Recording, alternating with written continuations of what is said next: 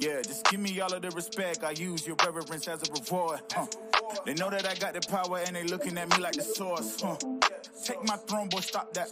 I'm on my hill, can't top that. You take this L, yeah, rock that. You know, I never needed a cosign. Yeah, I'm gon' shine. I rock independent. Representing like I work for the Senate. You double LC, you ain't got no business. Coming to get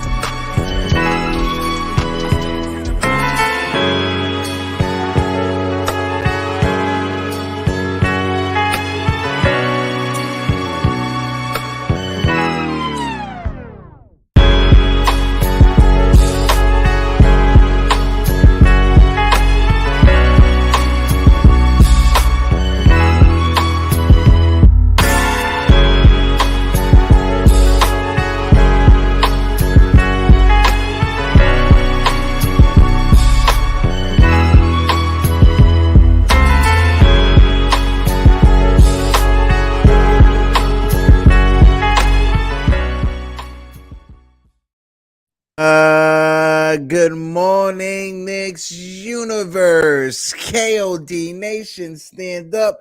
And all you Degens, wake up and get your coffee. Welcome to another episode of the Knicks Morning Brew. And do I dare say it? Do I say it? The Knicks have won 8 in a row, baby. Ooh. Ooh. With the Knicks winning 8 in a row, in the last 30 seasons, this has only happened 4 different times. Knicks fans, enjoy what you're watching.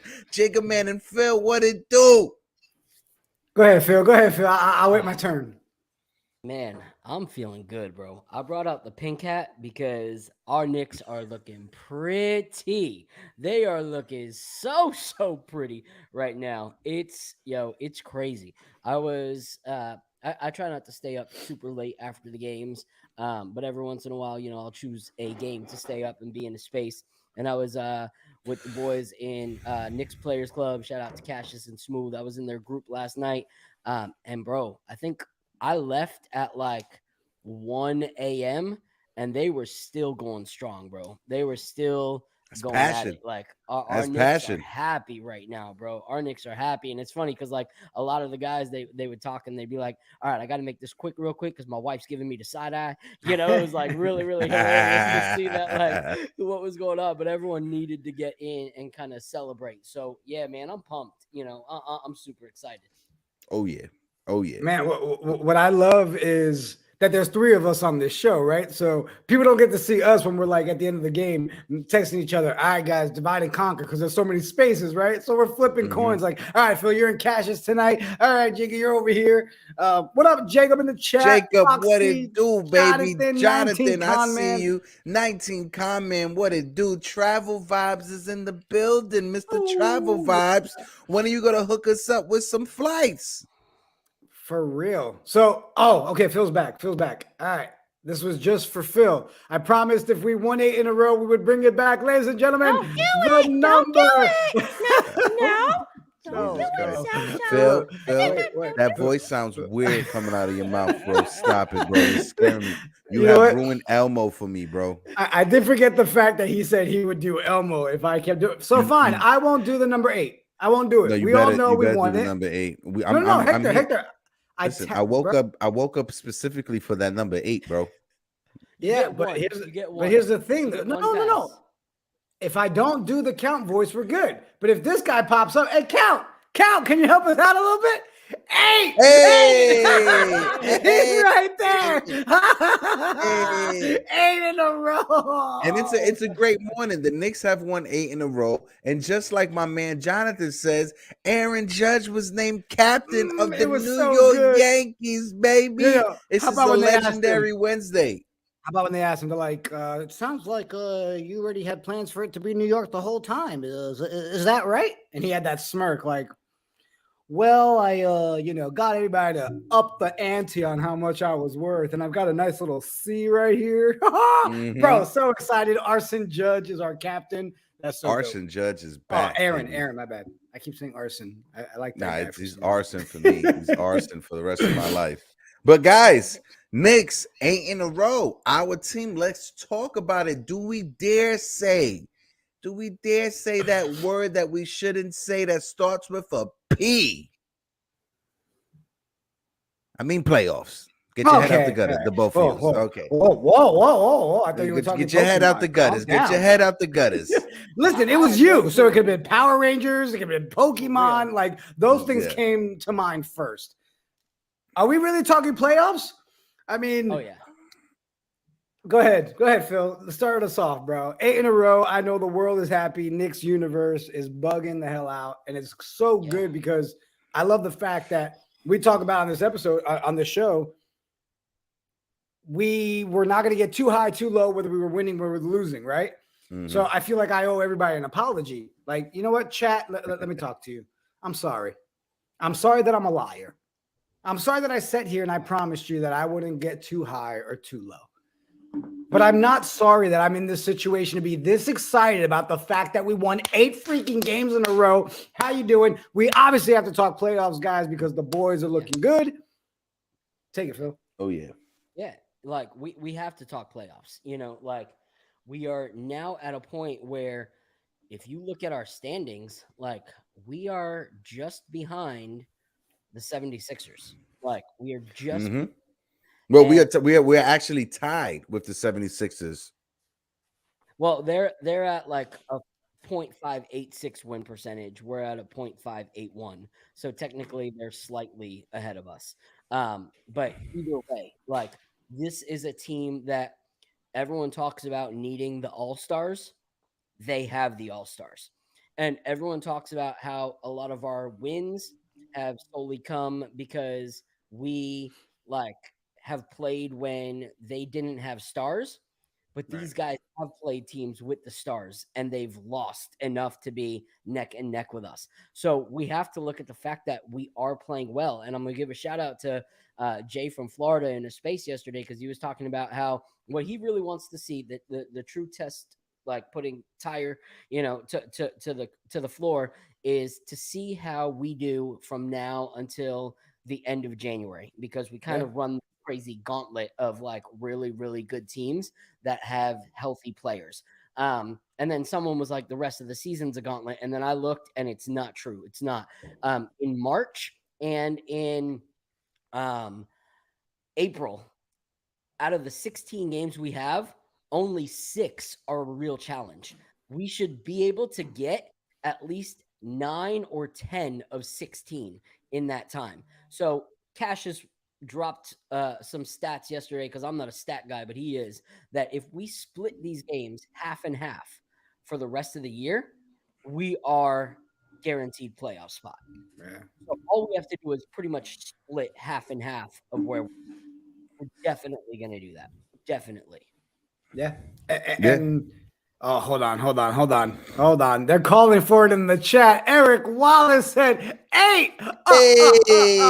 He's right there, Eric. Look, the count made it today, bro. It's the number 8. No, don't do it. How do I kick people out of the chat? How do I kick them out? You can't. They're here to stay. Phil's gonna send private free cameos in the Elmo voice to everybody in the chat. They open DMs. Money is in the building. G Money, what it do, baby? G Money, what it do, baby? Salute. What's crazy, Phil, with that span of games is it's easy to sit here any normal season and be like, oh man, this is where things can get really bad, and have that doubt, right? That, oh man, this is where it gets really bad. We can see 8, 9, 10 losses in a row. But am I crazy in saying I have this feeling where we're not going to run into that? No. At least not to me, at least not till, mid-January. It looks like can we lose a couple here and there? Yeah, but I mean, I'm feeling really good that we possibly could be going for win number 11 on Christmas. Like, that's crazy. Yeah. Yep. And, I recognize the naysayers are going to come out and, they're going to point out each team that was missing a player, or, this part of our schedule. I understand that, in the NBA, it's hard to go on winning streaks, especially a winning streak like this is 8 in a row, whatever it is. We just got to enjoy it. When you look at the top teams in the East or the West, however you want to put it, the Boston Celtics, when it comes to competing against teams that are over 500 or competing against teams that are top in the East and the West, the Celtics win 3 out of every 4 of those games. So it's hard to go through a winning streak when you're in the tough part of the schedule. But when you're on the softer part of the schedule, like the Knicks are right now, you're supposed to win the games you're supposed to win. And the games that we have been winning, the 8 games in a row, not every game we were supposed to win. You know, it's been a lot of fighting. You know, it's good to see that the entire starting lineup minus Quentin Grimes didn't play the fourth quarter yesterday. Quentin Grimes was the only one of the starters that were on the floor in that fourth quarter. Randall, Brunson both played 30 minutes a pop. Mitchell Robinson, 29 minutes. RJ Barrett, out of those 3, probably played the most, 31 minutes, but you could say they all played the same. So it was good to see that Tibbs didn't have the starters in the fourth quarter, right? But just going forward, just win the games that you're supposed to win. And finally, was showing a level of consistency we haven't seen in a while.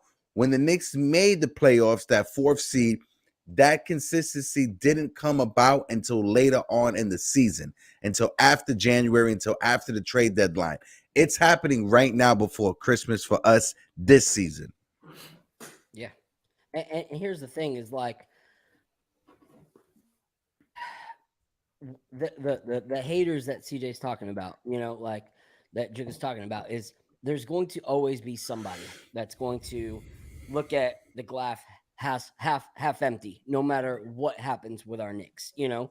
But if you look at the upcoming gauntlet, so to speak, of the schedule, like we can still hold our own. Like here's the thing is we are playing Toronto, you know, tonight, and Toronto's, you know, a kind of team that you can't really just take lightly. But I think that we can still hold our own against them. Like, I really do. I think that if we can stop Pascal Siakam, I think our biggest fear used to be Fred VanVleet, you know, and the fact that they had a true point guard who could light us up. But we have a true point guard who can light them up now. A true point guard who's actually playing better than VanVleet is playing. So I'm not so worried about that. The next game, Chicago. We just showed that in 2 games back-to-back, we spanked Chicago. So we can do that again. The 76ers, we can beat them. Like, that's our next one. The Mavericks on the 27th, we got our butts handed to us that last game by them. And that's where everything turned around.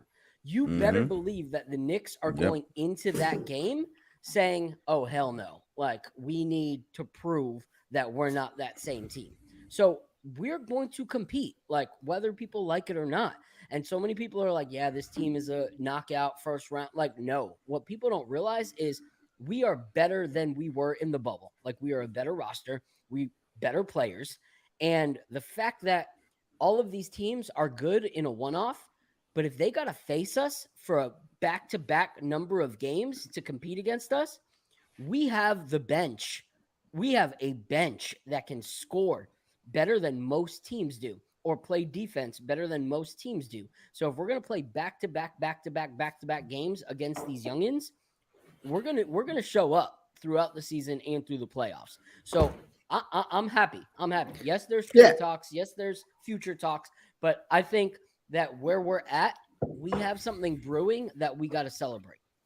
Go ahead. Yeah, Jiggy. I mean, say something? So a couple things, and I want to jump on some of the stuff Phil said. First, G-Man in the chat, what's up, my guy? G-Money, he literally, ironically, Knicks beat the Raps to win their 9th straight game in 2021 at MSG. We duel with them tonight. So that I saw that yesterday. That is kind of crazy, right? The whole history repeats itself. So that's dope. All right. Also, he said the Knicks have beat the Raps and MSG 3 out of 4 times dating back to 2021. I'll take that statistic. I like that. Yep. Okay. Yep. Now Phil, I got to agree with you, right? The team is showing that they believe in themselves. And I don't care what anybody says. When you have a squad that believes in themselves as a whole unit, and you can hear that in the things that they're saying in news conferences, press conference, like they're starting to gel. And we've been talking about that all season. Show me the chemistry. Show me the young guys having a good time, right? So, yeah, I do think we can easily get to that 11-win streak game, 11-win streak. But at the same time, it's not like it's just, people are just going to lay down and make it super easy for us. I think the big challenge game for us is going to be that Mavs game again, and I think that's like the redemption game for us, right? Heck, you mind if I switch the topic up a second, because I saw in the chat, and I knew we were going to bring this up a little bit later, but someone in the chat, I think it was. You talking about comment when he brought up the OG trade? You know, the trade of the player that every team is trading for OG. Everybody is. But wait, would you be talking about OG Anunoby from Toronto? Yep. Yeah. They put, there was a report that came out like yesterday. It was yesterday afternoonish that we reached out to them. But you know, in my head, everybody's reaching out for OG. Yeah. Shout out my man Pudge Nikes, who just showed up in the building. Pudgy, what it do? What it do? When it comes to the OG Anunoby, when it comes to put OG Anunoby aside, when it comes to any trade, we have to evaluate it as looking at our team right now and try to figure out, okay, if we look at our team right now, if we look at this 9-man rotation, if we trade for someone, where are they going to play? Where are their minutes going to come from? And who are they replacing, if they are replacing anyone right now? I love OG Anunoby. I loved him ever since from his rookie season. I loved OG Anunoby. Always thought he was a solid prospect, right? He's a good scorer from the outside, and he's a really, really, really great defender. I just don't know, one, what's the package going to be? And two, where is he going to play? It would be a lot. It probably will cost you Obi Toppin, and most likely will cost you Emmanuel quickly. If I'm Toronto, I'm trying to fleece you. And when it comes to Toronto, when it comes to the president who's in charge, your jury, I do not trust making trades with that man, because that is the same man that fleeced us on the Carmelo Anthony deal. So when it comes to trading for OG Anunoby, I'm not sure what's the package or what package is it going to take to get him to the Knicks. So let's look at it this way. I mean, Quentin Grimes. It's a hard pass for me. It's a hard no for me. Yeah, I agree with you what you're saying. Right. I mean, think about it. What was it? Grimes, a bunch of first rounds. Like, that was the starting point. And I feel like every team says that to us, right? So it's probably the same thing with him. Your starting point is, Grimes is included and a bunch of firsts. Yeah. I just think. Well, if I may, I'll throw it to you, Phil, right after this. When it comes to this team, and I know a lot of Knicks fans may not like what I'm going to say right now. Is it the number 8? I'm sorry, Phil. No, they're gonna love the number 8. They love the number 8. When it comes to the Knicks team, right? When it comes to this roster, the odd man out on this roster, when you look at it, when it comes down to it, is Obi Toppin. Obi Toppin is the odd man out on this roster. I know a lot of fans are upset about it, but when you look at the last 8 games, and Phil, I don't know where you went if you got lost in the Matrix. You said Obi's out, Phil's out. That's it, ladies and gentlemen. If you look at these last 8 games that we have played, that we have won, Isaiah Hartenstein does a really damn good job at the backup power forward position, not the backup center position, at the backup power forward position. And if Obi Toppin comes back, and if Obi Toppin is the backup power forward, Isaiah Hartenstein will most likely be the backup center. And I think this team is better when Jericho Sims is on the floor as the center instead of Isaiah Hartenstein. Hartenstein has looked really, really well. Yeah, I can't stand Phil. Hartenstein looks really, really well at the backup power forward position. You could call me a hater all you want. Shout out to the guys from the VSN basketball station. My man Trippy OG to the trip. What it do, family? What it do? This man jumped off camera just to be able to throw this up for you, bro. Phil, I would never do that to you, bro. I would never do that to you. But you know what? If that's how you feel, that's how you feel, bro. Here's the thing: I would never be a hater, so you couldn't do it. Anyway, go ahead, Phil. So, when it comes to these trade talks, I was talking about some people earlier in Nick in Stan's group. First, the OG trade, not worth it. Like there was a tweet that was put out that apparently what they're going to want is something to the extent of what Donovan Mitchell was traded for. And I'm sorry, OG is a good player. but he's not Donovan He's Mitchell. not caliber. Donovan Mitchell. Like, he's not Donovan Mitchell. Like, not going to happen. Not worth robbing our bank in order to get him. But when it comes to trades in general, like, here's the thing. What we have to realize is that if we make a trade, it's going to rock the boat. It's going to, in one way or another. So there's two reasons why people rock a boat. One, because they're stuck and they need to get out of where they're at. So they rock the boat in order to move the foundation that's under them so that they can get back to moving. We don't need that. In the earlier part of the season, we probably would have been like, okay, we need to rock the boat, make a trade because our foundation is stuck. But now, shoot, let's be real. 5 games in with everybody in the Knicks universe, we didn't have a team, right? Everybody was gone. Yeah, we're all ready to go. But now that we're moving, that's not the reason that we need to rock the boat. The reason to rock a boat from there is because you want to make waves. Sometimes making waves is a good thing. Sometimes making waves helps the motion of where you're going. It pushes your boat faster to where you want to get to, etc. But sometimes making waves can be a distraction and can cause issues, especially shark-infested waters, stuff like that. You know, there's two ways of going about it. So with our team, we have to go, okay, is this trade that we're considering going to rock the boat in a way that makes the right waves or the wrong waves? And it depends on what the goal of our franchise is. If they're trying to win now, then they're going to make the waves that are going to push us to win now. If they're looking at what we have and saying, we have something good, let's not rock the boat unless it's something small that's going to help push what we already have to the direction that we're going. So it's going to push it in either direction. And something that Dej said, so props to Dej, is that we finally have something working, and yet it seems like now the Knicks fan base is such in a rush to figure out what trade we're going to do, as opposed to actually seeing what we really have. We're about to go into that gauntlet. Let's actually see what we have as a team. Like, if we go into this gauntlet and our team comes out spanking these teams that we should have lost to, do we really want to disrupt that at all? Or do we want to say, holy crap, we have something great when we thought we had something good? You know, so waiting it out and kind of seeing.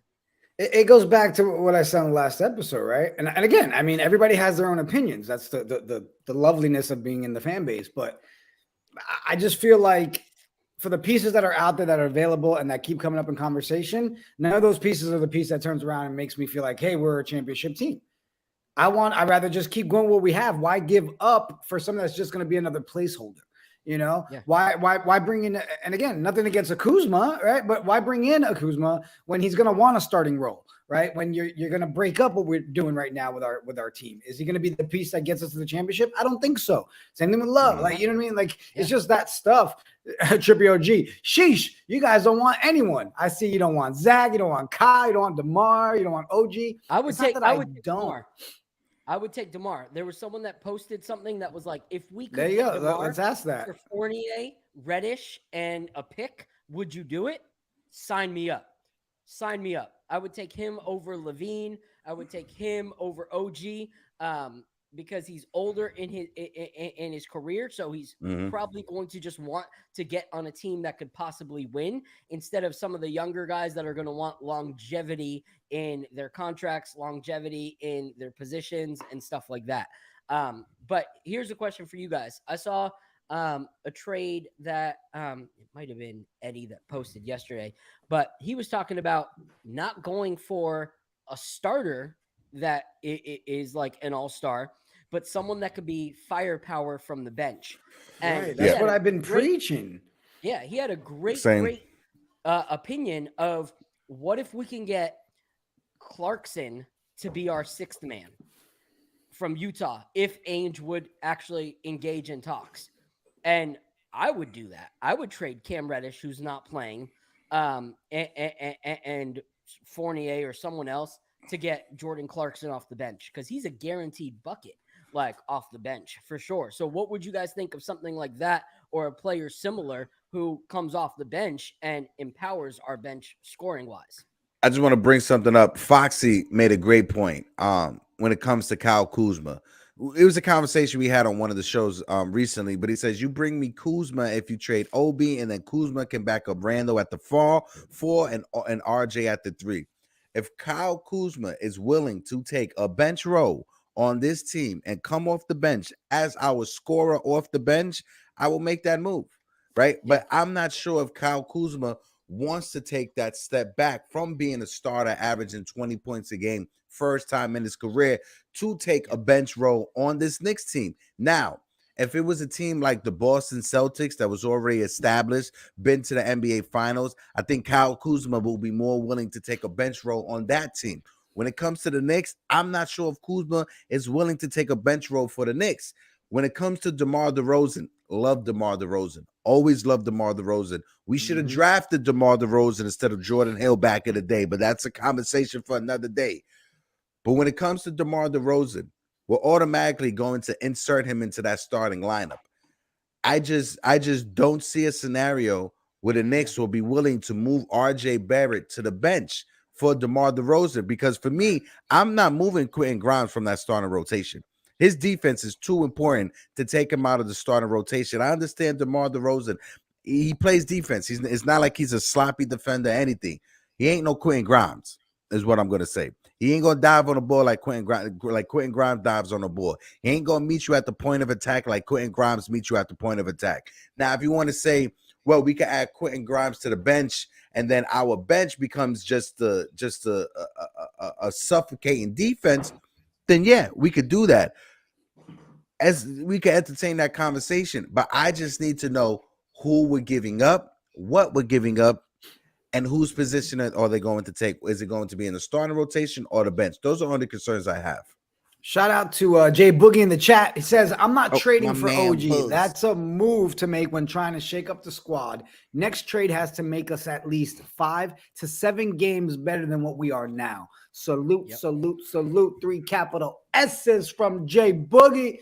Facts. Yes, sir. Hey, I mean, that's a great way to look at it. Hey, Mr. Trade Piece, are you going to make me 7 to 10, or 7 to 8 games better if we don't have you? Right? Yeah. I think that's a good take.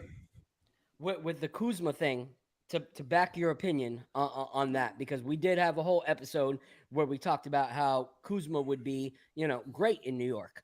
But someone brought something up that we have to look at is not only the bench role, but cap space wise, we're talking, 20 to 23, million for Kuzma.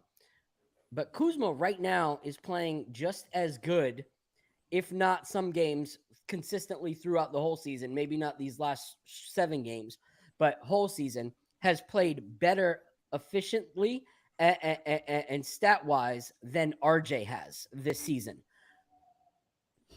Who actually thinks that Kyle Kuzma would not just come off the bench, but also come off the bench and make less than RJ Barrett when his season has been better than RJ Barrett's? That's a big thing too, is if we're paying him 20 to 22 and RJ's making almost 24 million next year, like, do we really think that Kyle Kuzma is going to want to come and take less than RJ Barrett? I don't know. I mean, can somebody confirm? Is this his contract year? I mean, I know people were talking about it in the chat. Someone confirm it. Right? So, I mean, you're training for him, you're bringing him over, and then obviously you're looking for the contract extension going next year, right? I mean, I said it last episode, right, bro? I'm really big on the, and chat, tell me if you disagree, but I'm just really big on I don't think we need to trade for a star. I think we need to trade for pieces that are going to come help that second unit score. If it happens to be someone that can also play lockdown defense, thank you very much. But I think we're at the point right now, I want to see players that we can actually put in the game, right? We're not going to see much of Rose, period, right? We're not seeing Fournier ever. We also know that we're not bringing Cam back ever on the court, right? So, you know what? If we just have bodies that are sitting there with money, then bring me something that's going to help contribute to the team, right? Because let's be real, guys. There's times, even in last night's game, but over our 8-game stretch, you can see moments in the game where our team looks gassed. And that's going to hurt us long-term for the rest of the season. It's a long damn season, boy, right? So it's like I want to see some people that come in and really can help.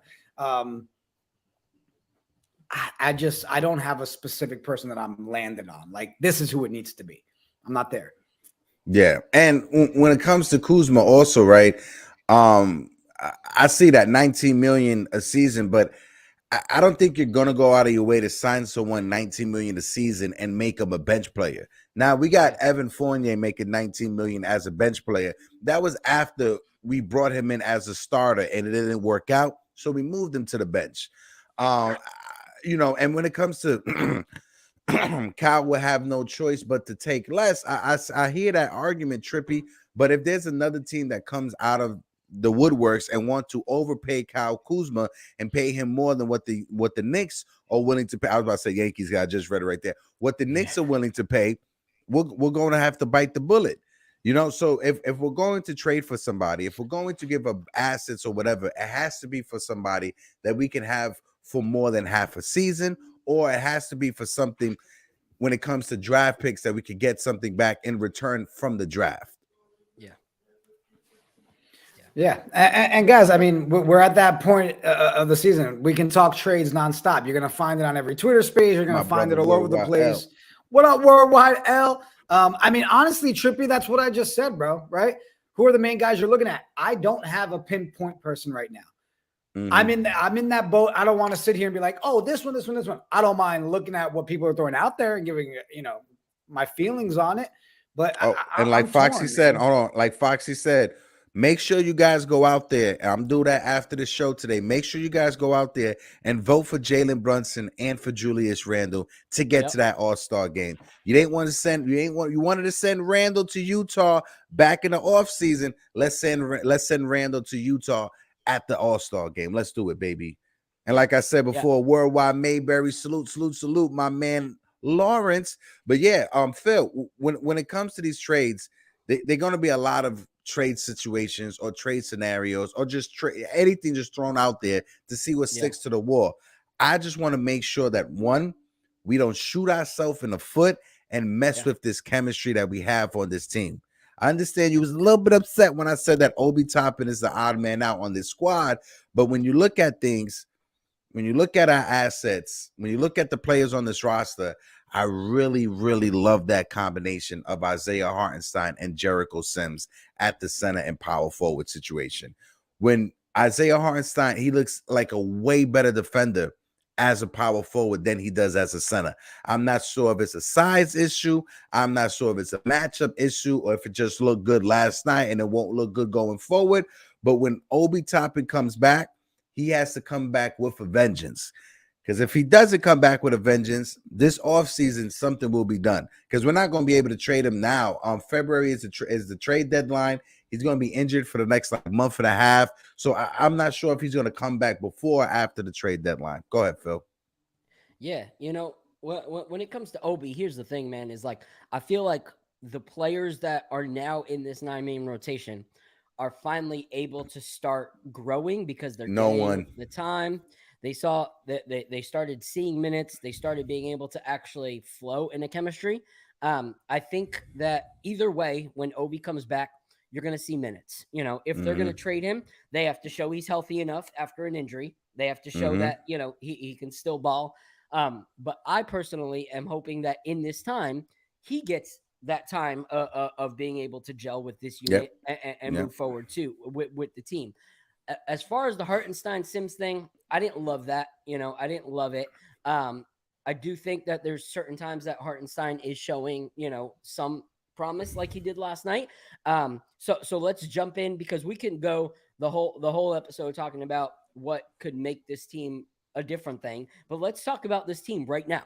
Let's talk about what we saw in this game and what we're hoping to see in the next game, because one thing I did see from Hartenstein last night was two things. One, my jaw freaking dropped when all of a sudden he started playing like John Stockton.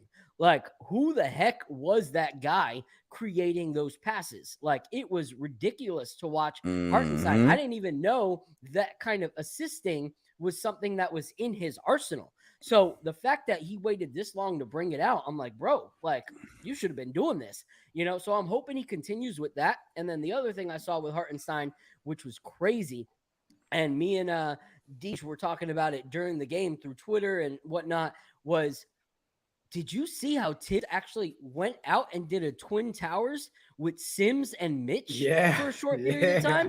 Like, imagine that on a night where we're playing the 76ers with Joel Embiid or with Giannis Antetokounmpo, where he's normally able to bully through centers. Now you're bullying through Sims and Mitch, and Sims, since he guards like a guard, can jump out to that 3-point line so that Mitch can continue to stay where he's at. The fact that Tibbs threw that in there, my heart freaking leaped because I was just like, bro, that could be crazy. Like, that could be absolutely crazy. I had first thought that would be Hartenstein and Mitch, but then haven't seen that, like, crazy, like, defensive nature that I wanted to see from Hartenstein. So the fact that he did that with Sims, I was ecstatic, and I would like to see that again. Question from Worldwide L to everyone in the chat: who saw this coming from this team? Not me. Nope. Not That's me. that's the beauty Not of it, me. right? Not me, player. I'm telling you, that's the beauty of it. I want to talk about Hartenstein for a minute. I left that game last night and woke up feeling the same way. I'm going to start an Hartenstein fan club. I mean, I'm taking applications. I don't know how long the fan club will last, but as of last night's game, all right, my dude was rebounding, smiling, throwing them passes around. So today, officially, the iHeart fan club starts. It might close after the next game, but as of right now, the fan clubs will chat. Damn, Foxy. You may have to. No, I think it's I think. I was like, damn, Foxy, I thought you were gonna be VP. you may have to, Jiggaman. From the way that Isaiah Hartenstein was throwing them dimes down the court yesterday, you may have to have Isaiah Hartenstein try out for the Jets because y'all do need a quarterback. Y'all do need a quarterback with Mike White injured. Hey, thanks for joining the show. All right, Hector's been eliminated from the show. I could just kick him off. I told you. There, bro? I told you. All right, I told you before, and I will tell you again. All right, when it comes to this guy, he is a straight up. Where is it? Hater. You can't get it. You can't get it. It's not adding. Worldwide L is right. I don't think anybody expected this from this team. We were literally talking after the Mavericks game, before they went on this winning streak, that things need to happen. They need to shift things around, trade people away, go with the rebuild. If this is the way the team's going to play, then why even watch this team, right? But they literally rattled off 8 wins in a row. And like I said earlier, this level of consistency that they're showing right now, it didn't pop up until the end of that 2020 season, until the end of that lockout season. That's when it started showing. We're showing this right now before Christmas, the level of consistency. Now, hopefully, they can keep this up, this level of play for the entire season going down the stretch. I'm not sure. That's when I want to see what can happen. Going down, is Julius going to give you this level of consistency going down the stretch? Is Jalen Brunson going to be that guy going down the stretch? Is RJ Barrett finally going to embrace that role that he has right now? And I think that's a yes. Yeah, but we said it, right? Chemistry. That's what we wanted to see. What would happen when this team had the chance to gel, when they had a chance to play, if the Brunson effect would show that we can have Julius Randle smiling every night, playing ball, playing at his best. When the team came together, I mean, Chris Joseph, they've started playing with pride. The attitude on the court has been completely different over the stretch. Of course, and it's not just because we're winning. Of course, any winning team starts to get happy, right, when you're winning. Yeah. But it was you started seeing it even when they were starting to get those struggles. They were trying to find that groove. I told you guys, man, if I see Randle smiling in a game, then I'm gonna sit here and say, hey, I think we can see that 11 wins in a row on Christmas. Let's make Christmas like that's the Christmas present I want. That'd be dope. Yeah. Mm-hmm. You know, it's crazy because it's the best thing is that it's not just on the court. You know, it's not just on the court that we're seeing them gel. Like you're seeing these players actually like hanging out with each other after. You know, like someone was talking about how a lot of Knicks fans are like, oh, the Cam Reddish, RJ Barrett, duo is ruined. Da da da da da. They're good friends, and they were like, listen, I was close to the team when he was in Duke, and they weren't boys like that. They never were. Like they never spent time outside of practice and games. So to see the actual players like hanging out and doing life, and like even in the post game interviews, like I was dying. I watched one with Jalen Brunson the other day, and he's trying to talk, and you just keep hearing Emmanuel quickly in the background. It's Brunson. It's Brunson. And like, Jalen was like cracking up, and they were like, do you like that nickname? And he's like, nah, man, it's not me. It's him. It's Emmanuel quickly. Emmanuel quickly. And then the next game, Emmanuel quickly like actually shows up, and they're celebrating each other. So it's cool to see that even in that like struggle, Brunson's going, nah, it's not me. It's this guy. Like, you guys need to remember this guy, and he's pointing to his team instead of being like, some post-game interviews were like, yeah, and I did what I could, and, like, I was doing this and I was doing that, and I had some help from my team, he goes straight to, it's my team, it's my guys. Yeah. When it comes down to, like, trades and stuff like that, right? 19 comment when he brings up Grimes and McGrimes. When it comes to the role players, we have the role players on our team to be contending, right? But when it comes to the main pieces, we may have a few main pieces that don't fit. It's going to come down this offseason or trade deadline, however you want to put it. RJ Barrett can't be traded, right? Because of the poison pill in his contract. If he's traded before the July deadline, that poison pill will kick in, however you want to put it, whatever. I don't want him traded. Keep going. No, at all. But hold on. Julius Randle, phenomenal player, has been phenomenal so far this season. When it comes to and obviously Jalen Brunson, we're not going to trade Jalen Brunson. But if it comes to improving this team, the two players that are going to be there when it comes to decision making are Julius Randle and RJ Barrett. Those are the two positions right there. Those are the 2 points of emphasis that if we are going to trade for somebody, those are the 2 positions we have to improve on. If we trade for DeMar DeRozan, that's a small forward. Like I said, I don't want Quentin Grimes out of the starting lineup. So obviously it will have to be RJ Barrett. If we trade for another power forward that's an elite level power forward, that's going to be Julius Randle's position that's going to be gone. Obviously, we're not trading Jalen Brunson. We're not going to trade Mitchell Robinson. So I just want to know what position, who we're trading for and for what. But here's my thing, bro. Like, do we have to, and you guys can tell me I'm crazy in the chat too. I mean, that's what I'm here for. But why do we have to keep thinking in such a traditional way? Like, why is it if we get so-and-so, that means this person's done, right? Like, I understand, yes, you're starting 5, but we're showing with a 9-man rotation, right, that, hey, look what can happen. Mixing it all up, right? I mean, for the first time, we got to see freaking Sims and Mitch. Right? I mean, probably not for the first time, but enough to where it was like, oh, my God, we're getting it, right? So it's like, I think we look at all these players and packages like, oh, well, if we got this one, then we're definitely moving this one. I think the Tim's right now is in the same spot we're in. Like, did you see this coming? No, I didn't. This man's job is saved because of a miracle, like literally a New York Christmas miracle. Like the minute Jay Boogie and Papa Lev dropped that album, like fairy dust came off, and like Rudolph flew over the garden. Tibbs was like, "What is this feeling? It feels so weird." 9-man rotation. Yo, we're gonna start Grimes.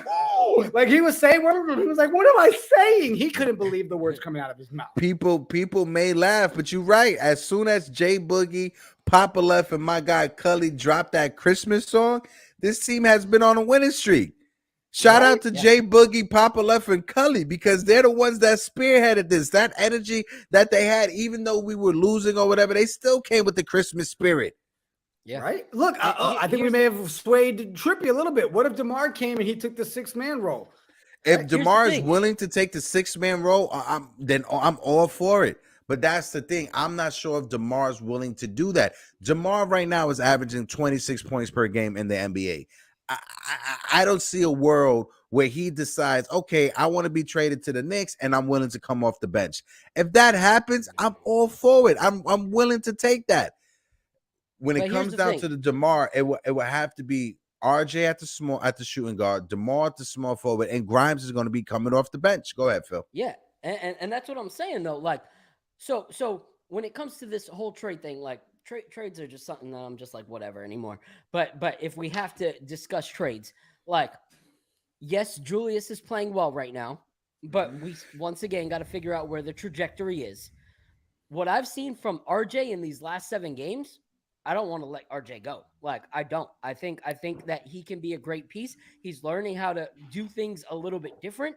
And he's learning. He's learned this last 7 games. Like, I feel like growth-wise, I'm seeing growth in this player. Grimes is playing incredible, but if DeMar was to come over, I wouldn't have a problem with Grimes since he's still young in his career coming off and getting 6th man of the year. Like, that's not a bad role. And he would still get a lot of minutes. Like, he's only getting 20-something minutes right now. So that wouldn't be a huge difference if he went to the bench. That would just mean that RJ then doesn't have to come and play in the second unit as well as in the first unit. And that means RJ can get some time just focused on the first unit. So I would be fine with DeMar coming off as the 6th man or Grimes coming off as the 6th man, either way. But something that Trippy said that I wanted to point out, because I don't know if I would put them in the exact, well, yeah, I would actually. You know, he was talking about how this pair reminds him of Allen and Sprewell. And so what I want to say to anyone who's watching, there has been so much trash talk about Grimes being this Grimes Ntilikina bull crap. Like, do not talk about Grimes in that way anymore. People, like, this dude was 55% Quentin last Ntilikina. night. Like, yo, bro, you are skating on thin ice lately, bro. Like, you this guy. You see, I think that's why you guys keep me here, just for like moments like this where I'm just like, it's awkward. What do I do? The number 8. Like, I'm only here for comic relief. And I'm not going to be interrupted by this guy. And yo, you need to speak more in Twitter Spaces. You like interrupting and being a hater. They're good at that. Oh no. Twitter Spaces is too bad. It's too much going on for my soul. It's too much going on for my soul. Anyway, what he said about how them two are looking together, like, he was 5 from 6 from the line yesterday, like from 3-point 50%, elite defense, and people are talking about in the last 7 games that he had a 6-point game the other day. Yet they don't want to talk about his 19-point game last night. Like, this kid is showing out. People were comparing him to Klay Thompson and saying, oh, he's not even close to Klay Thompson. Like, yo, take that thing off the bottom. No, never that. But last night he showed he's not a Klay Thompson, because he shined last night and Klay Thompson did not. Like, he was able to shut down Klay Thompson. So props to Grimes, whether it would be him in the rotation if we got DeMar or him on a sixth man. Either way, I think it works. Phil, but I think once again, we play what we got. Phil, how bad did you bug out when Grimes went down for a second? Oh, my heart stopped. I had that. You know, like that. No. And the fact that right he grabbed on his shin and he screamed. He like screamed. I was like, oh my God. You put it in the chat. I was like, Jesus Christ. I was dying. Oh, I was like, Cameron, get ready to come off the bench. Go ahead, Phil. So I do want to say that your hateration towards Obi Toppin has played an effect in my household. Hateration. It's not hateration. It played an effect in my household, because we had the episode where we were talking about you saying, I think he's going to get traded, and we were bringing home our puppy, and we had to decide on a name, and my wife liked Obi more than she liked Barrett, because we were going between the two, and I wouldn't let it be called Obi, because if he got traded, I would not be able to look at the puppy the same way and call his name, knowing that he was named after Obi Toppin, who was gone. So our puppy running around our house right now is named Barrett, thanks to good old Heck over here. You didn't want to name him James Dolan. Why didn't you name him James Dolan? You could have named him That's James the Pooper Dolan. Scooper. That's what he named it. I'm gonna call him Heck because he's pooping and peeing all over my house. I apologize for bringing that chaos into your household. I apologize for all the admiration that's going on between you and your dog right now. But y'all special. But, Hector, before we end the show, I wanted to ask you guys, since we talked about Obi a little bit. Obviously, everybody thinks at this point Obi's the trade piece, right? We get that, whatever. And everybody's ready to write off Obi because Obi's not here. Don't say it. You be called a hater. Yeah. Do you guys see a world where Obi comes back healthy and I think he shuts people up and all of a sudden we're in another position again with like, maybe we don't need to trade. You know what I mean? Like, are we hoping Obi comes in and Obi gets that chance to kind of ball out? Or did he lose his job like Cam Reddish did with for the sake of Phil's household, I hope he does because I don't want to cause any drama. Phil, I apologize. I'm sorry, broski. I'm hoping, like in my dream world, he comes back, gets minutes, shows that he's the future with this roster, and that gives us Tibbs. Sit Tibbs. Good boy, Tibbs. All right, change the name. Change the name right now. Can't. My dog has too much hair. It can't happen. It can't happen. So I'm hoping he comes in and that allows us to go, oh, wait, we have a player here. We can actually trade Randall for what he's worth and get something, whether it's great picks in this upcoming draft or another star player that can pair with our squad. So that's my hopes. And before we start closing out, the only thing I want to say is you guys brought it up earlier. It's open season right now for voting for the Eastern Conference All-Stars. Guys, whether you care about those players that are on it, no one else is voting for the Knicks. Like, no one else. Like, there is so much hate towards the Knicks. You see it from all the other teams. You see it from the announcers. If there's a chance for us to have 2 to 4 guys on an all-star team, it's us that has to get them there. So, especially Brunson. If you didn't vote Brunson yesterday, if you don't plan on voting Brunson today or tomorrow, like, do me a favor. I'm going to message you my address, put all your Knicks memorabilia in a box, ship it over to me. And I will Amazon Prime you a Nets jersey tomorrow morning. Like, you can be that guy on that team. Like, support our team and vote. We need to vote. Like, it's very important. How killer would it be to say that we had 3 guys on the Eastern All-Star team? Like, that would be killer. Facts. Yeah, get the votes out there. I mean, 100%. Hit that vote. Hit that vote. Make sure we get our boys to the All-Star game. And like Chris Joseph said a little while ago, and I brought it up, the Grimes hate, it isn't fair. He's doing it. He's killing it. I understand that, there was a lot of expectations on Quentin Grimes from how he played in the summer league. I get that, Chris.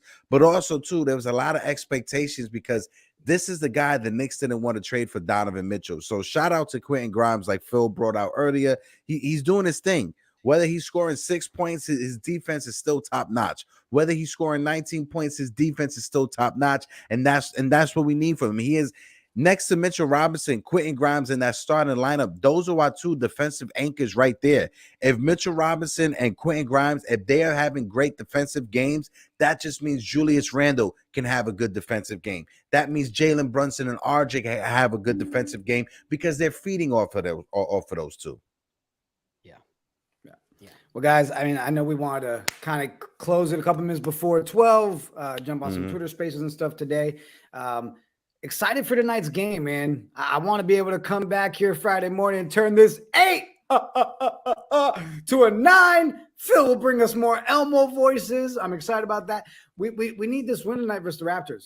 And I love the storyline behind it. Not just the winning streak. The last time we won 9, it was against the Raptors. Like, just the whole – everything is leading up to be such an amazing, like, story going into Christmas, right? Jay Boogie, thanks, fellas. Shout out to Papa Left and Cully, amazing bar spitters. We now have official Christmas anthem for every year. The hook will always be the same, but remixes and new verses will come. That's so dope. We're actually going to play the video on the way out. It's funny. We actually got Papa Left and Big Mo. They're going to be on the show next Wednesday, chopping it up with us, hanging out. This Friday, I know we've got a guest as well. We've got so much going on. And I think what we should do when we go into the new year in January, that first week in January, I think we should have Jay Boogie on as a guest, right? Just so we could give Jay Boogie his flowers, because Jay Boogie, he has been a voice in this Knick community for the past 3 years. Heavy. So January, I think we all agreed on it just now. First week of January, Jay Boogie, I'll hit you up. We'll figure it out. But Jay Boogie needs to have his own show. That way we can interview Jay Boogie and properly give him his flowers, because he deserves it 100%. Facts. Appreciate everybody in the chat. We'll take it out with the little Jay Boogie action. Wait, before you go, make sure you guys this Friday, make sure you guys tune in, because the next morning Brew will be having on a special guest as my man Sonny Carton is coming on to the show. Yes, Sonny Carton, the son of WFAN legend himself, Craig Carton, will be on the show. So make sure you guys tune into this Friday so you can have that episode of Sonny Carton. And make sure you tune into WFAN, because Sonny, he has a spot for about 4 hours to morning on the radio station. Jiggaman, take us out. Phil, I'm sorry for being a hater. 8 wins, baby. Peace. Appreciate everybody in the chat. Stopping by. Love you guys. We'll see you again on Friday. We out. Peace. We're going to the Knicks game. We back like 250. That's all, Will. Yeah, let's go. For the love of the game. Yeah, let's go. Well, I ain't never stop loving you, boy. We back. We back, baby. Thank you, man. Let's go. All right, Let's man. go.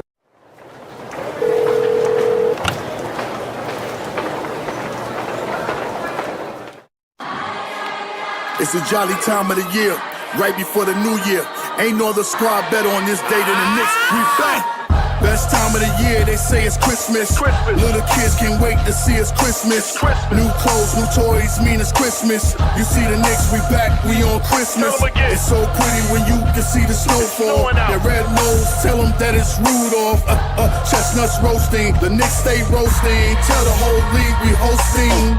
12 noon, we back 12 in the 2/5. Biggest tree in the world filled with presents. Little kids, they checking off their wish list. Ho, ho, ho, we celebrating this Christmas. Jingle bell, first game playing in the garden. Tell Santa we got the whole league watching. Right before we celebrate the new year. James Dolan crossing with the reindeers. Parker decks, they filled with no room garage. When it comes to the flow, this here's eggnog. Best believe your boy, yeah, I'm on my job. Celebrate your Christmas with the Knicks squad. The best place in the world, that bag stay shopping. I AD my wrist so you can keep watching. Shopping sprees all over, this is Times Square. Then it's back to the game at Madison Square. Best time of the year, they say it's Christmas. Little kids can't wait to see it's Christmas. New clothes, new toys, mean it's Christmas. You see the Knicks, we back, we on Christmas. It's so pretty when you can see the snowfall. That red nose, tell them that it's Rudolph.